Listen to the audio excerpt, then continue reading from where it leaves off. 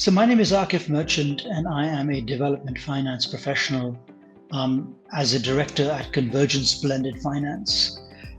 Convergence Blended Finance is an organization that educates, guides, and informs the discourse and builds capacity and builds ecosystems around the concept of blended finance. I live in Kigali on the continent of Africa, having lived in North America for many years, and I currently lead all of Convergence's work across the continent, whether that is thought leadership, engagement with all of our members, be they the development finance institutions, the various UN agencies, or the various banks on the continent. And I also lead our capacity building and engagement work here with a wide variety of our clients as well.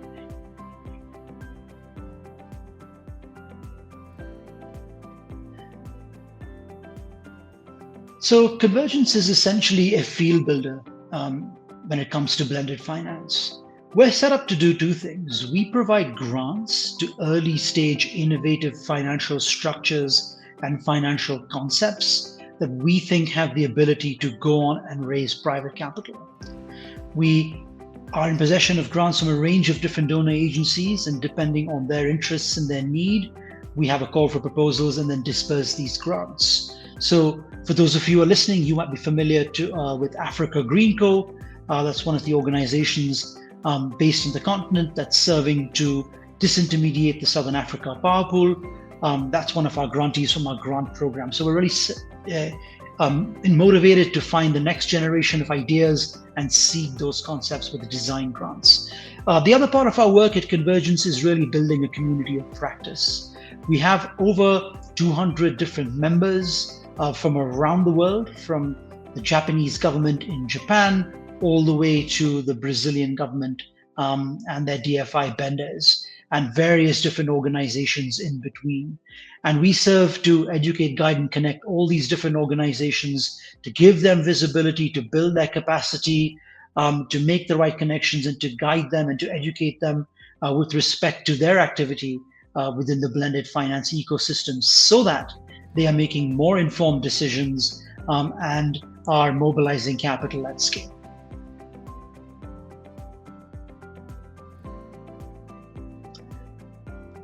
The achievement of a low carbon, climate resilient future ultimately hinges on mobilizing private capital.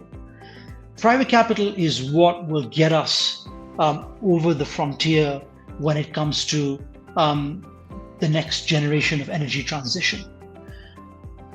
Now, capital is sitting on the sidelines and not invested in the continent of Africa for a variety of different reasons. Or you have capital residing within Africa that is not mobilized to the right sectors for a variety of different reasons, primarily an interplay between risk and return.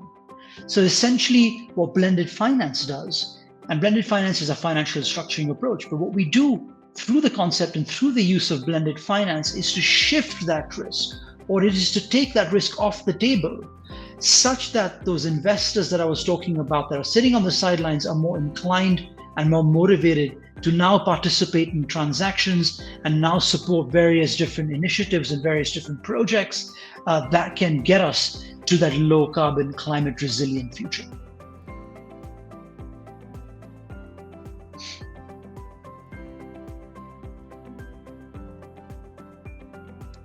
There are a range of different sectors in the green economy that are most suited to blended finance.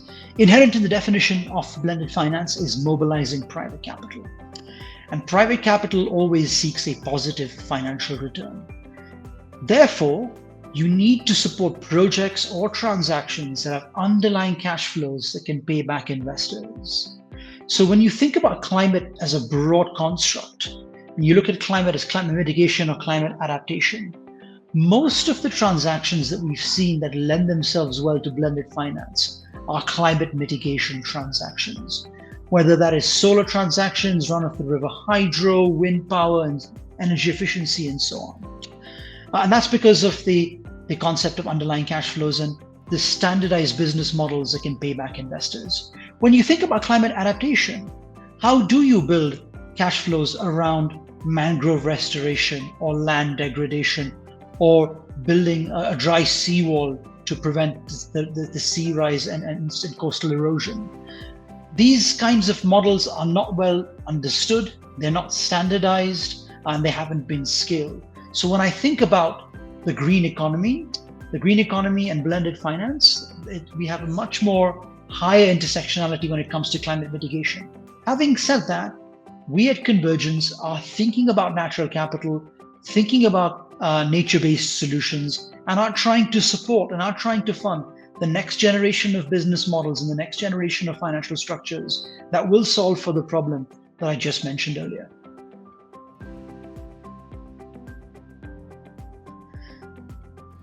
For far too long, blended finance has been a cottage industry of very many smaller bespoke transactions. What we've needed and what we at Convergence have advocated is the concept of standardization and scale. Over the last few years, we have seen several of what we call unicorns in the blended finance ecosystem.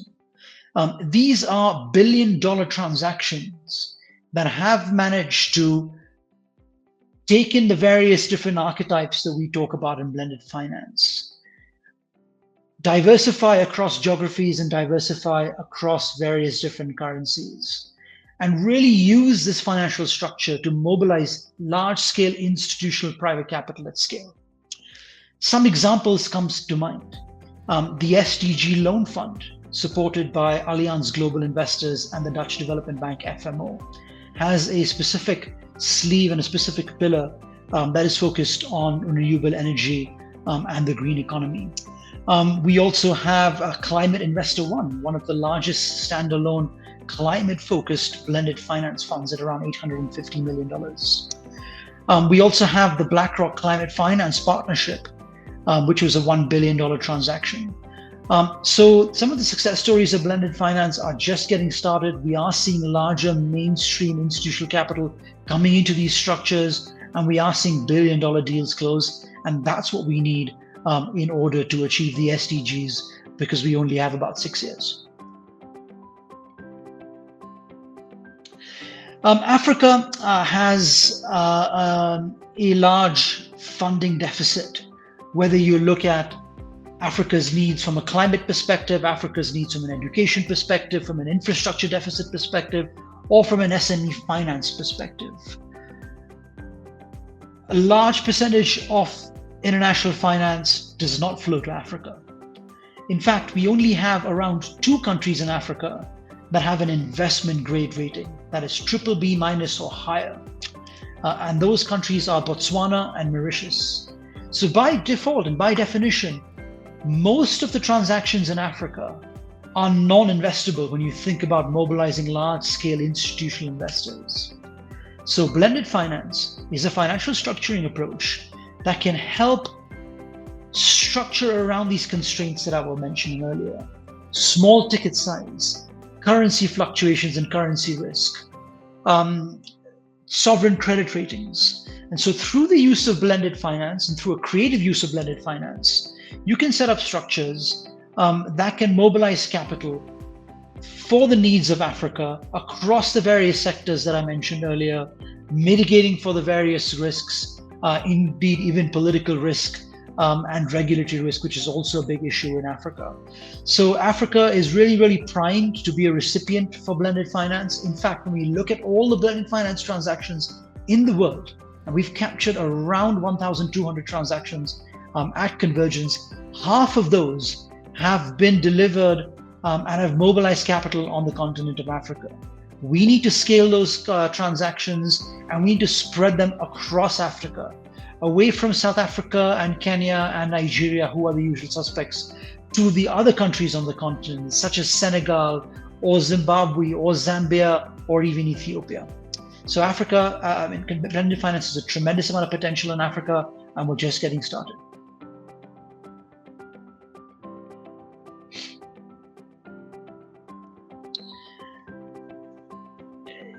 Our partnership with the Africa Green Economy Summit is something that's very close to our hearts.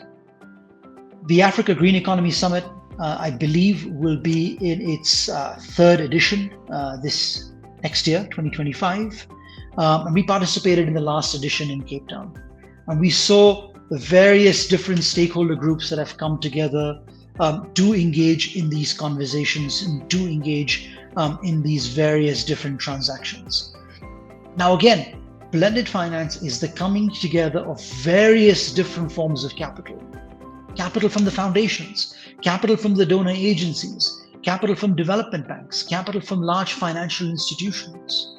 And this is why it's important for us to partner with organizations and with institutions like the Africa Green Economy Summit, because your summit is where everyone comes together to elevate the level of discourse, to discuss best practices, and to actually support transactions and to close transactions and to get transactions over the line.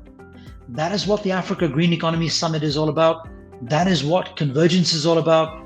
And that is why we hold our partnership with AGES in high esteem. And we're really looking forward to AGES 2025, where I will be moderating a panel on the intersection of blended finance and the green economy. I think AGES is a very important platform because there aren't that many convening spaces on the continent where leaders across government, civil society, finance, and indeed even academia come together to talk about what are the policy bottlenecks for the green economy, what are the financial bottlenecks of the green economy, and what are the various innovations from a science and technology perspective as well. So this is not just a finance conversation, but this is a conversation that straddles many other realms. And that's really why I think AGES is a great platform and is a very, very interesting and intriguing platform for us to be a part of and for all of you to keep your eye on and to consider joining and participating at next year's summit in Cape Town in February of 2025.